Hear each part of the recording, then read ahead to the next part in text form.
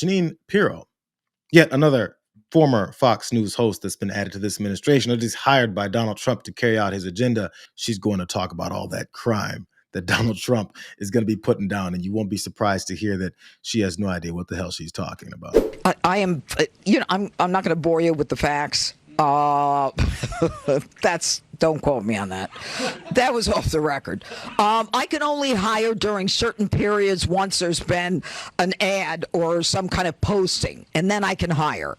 Okay, I'm doing it. I'm doing the best I can. The president has given me the permission to hire. Jeanine Pirro is not going to bore you guys with any facts because she doesn't have any facts. There's nothing going on up there except for propaganda and carrying water for this guy. But did you guys listen to what she said? And that's the reason why she has no facts.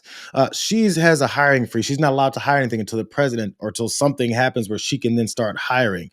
Except the very next sentence was, the president has allowed me to hire. Can you hire or can you not hire? I want you guys to hear that again. Just pay attention. I can only hire during certain periods once there's been an ad or some kind of posting, and then I can hire. Okay, I'm doing it. I'm doing the best I can. The president has given me the permission to hire. Bro, she's doing the best that she can.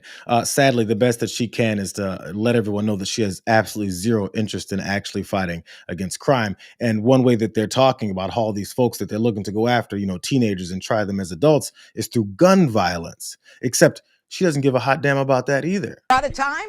That means he's had enough. Goodbye. Thank you. I want you to report on this. You said this is important. You said it's guns on the street that's causing this problem. Are you concerned that the DOJ's funding cuts to gun violence prevention programs? Oh, stop it. We are putting all kinds of resources onto the street. Thanks. Is she related to Leland Vittert? Because the answer is always, oh, come on.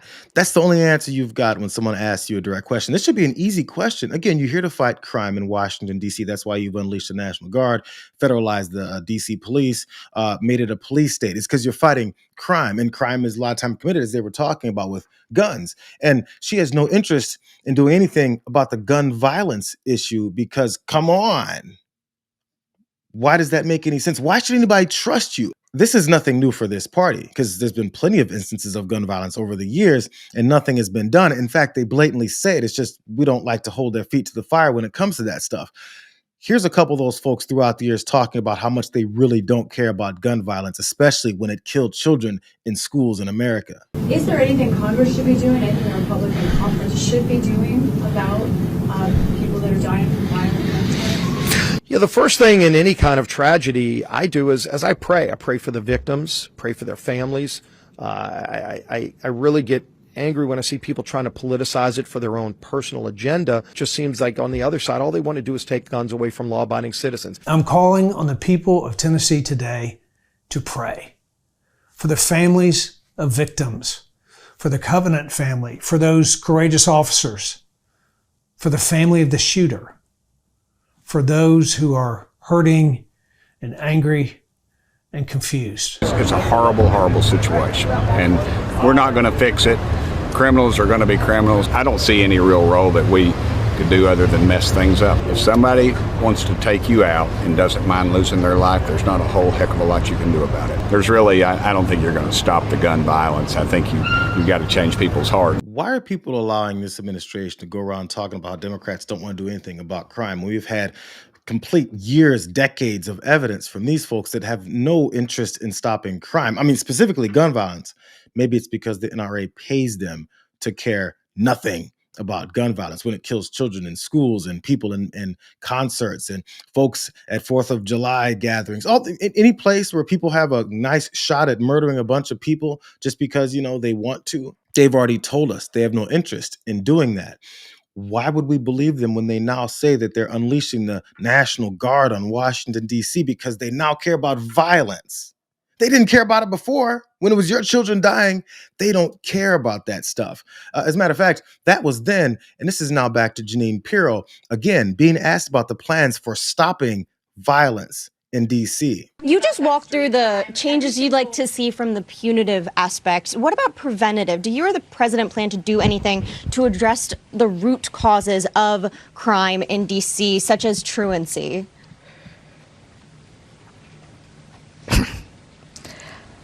My job is to try to heal the victims and prosecute the criminal.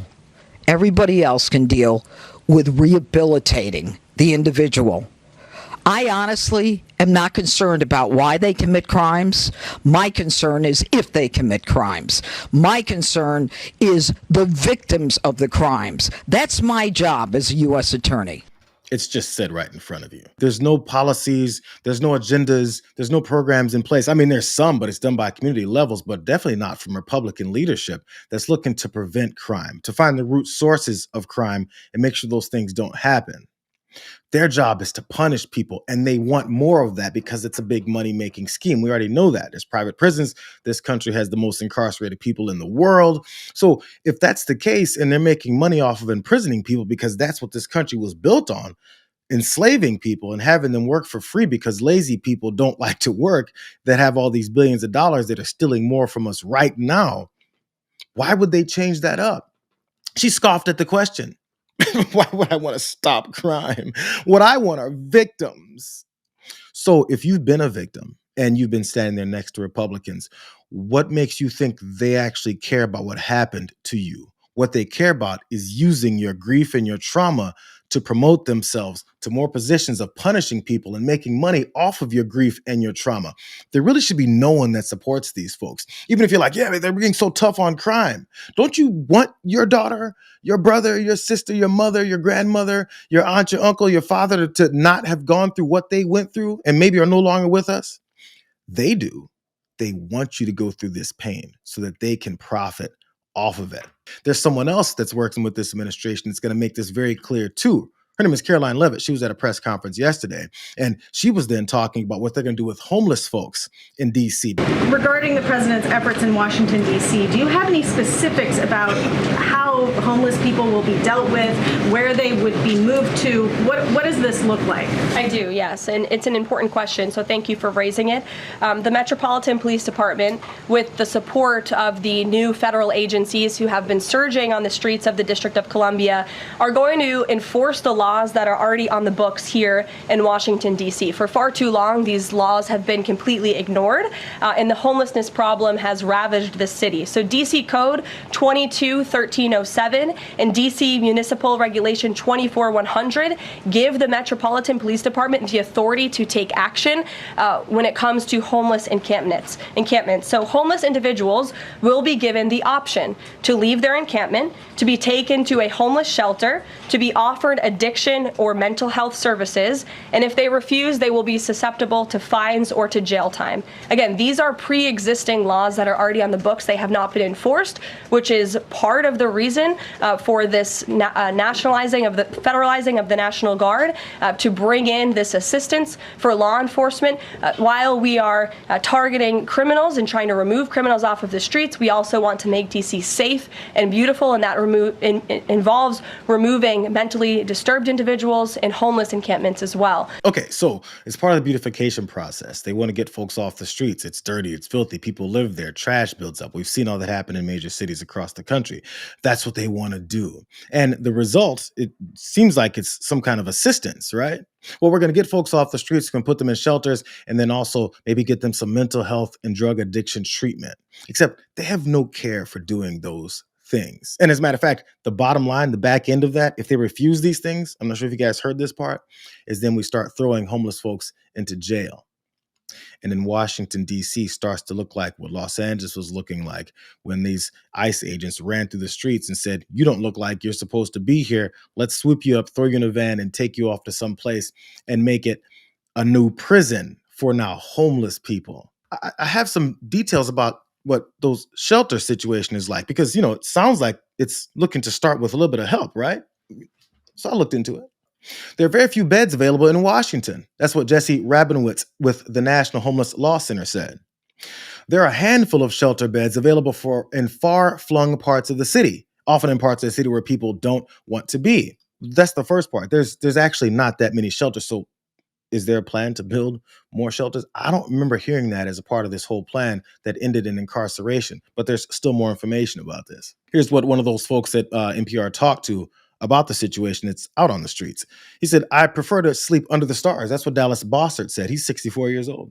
He said the problem with a lot of your shelters is it's a 30-day stay and then you have to move. You can't really get nothing done, he says. I'm not sure what an unhoused person is supposed to do with 30 days in a shelter. And we've heard horror stories about shelters, the overcrowding of them, the assaults that happen in them, the lack of coordination that's going on in them. And many women and children that may find themselves in these situations don't want to find themselves in a shelter. I mean, it's dangerous on the streets. It's also dangerous in some of these shelters. Is there an initiative to move forward with making sure that this plan that they have to clean up the city and actually treat these humans like humans, is there something like that in place? Experts also voiced concern about these efforts to pressure people living with addiction into treatment at a time when there aren't enough recovery facilities capable of treating the complex health issues that stem from the use of fentanyl, methamphetamines, and other toxic street drugs. Addiction is a chronic illness. It's not the kind of thing where you sweep them up, you get them to better, and then they're cured and that's it, said Dr. Stephen Taylor, head of the American Society of Addiction Medicine. That's someone who knows what they're talking about. And according to Dr. Taylor, Trump's rhetoric about homeless people experiencing addiction dehumanizes Americans struggling with these serious illnesses. Last slide from this NPR article, because just to show you guys, are they going to do something about this? And have they been doing something about setting this up beforehand when they had no answer to how they were going to do this? In recent months, the Trump administration has slashed funding for addiction research and treatment grants, while also sharply reducing Medicaid insurance spending that many people with substance use disorder rely upon. The White House has also proposed deep cuts to rental assistance for low-income families at a time when housing costs have soared for so many Americans. And one of the most expensive cities in the country is Washington, D.C. So you're creating more homelessness, and then you're slashing funding for people who may end up on these drugs that rich people are also on, so that then you can put them in places that don't exist, shelters and more rehab facilities, so that you can then eventually put them in jail. It's a long checklist of moves and actions to get folks into prison. The next target are homeless folks. It's all part of this plan to clean up the city.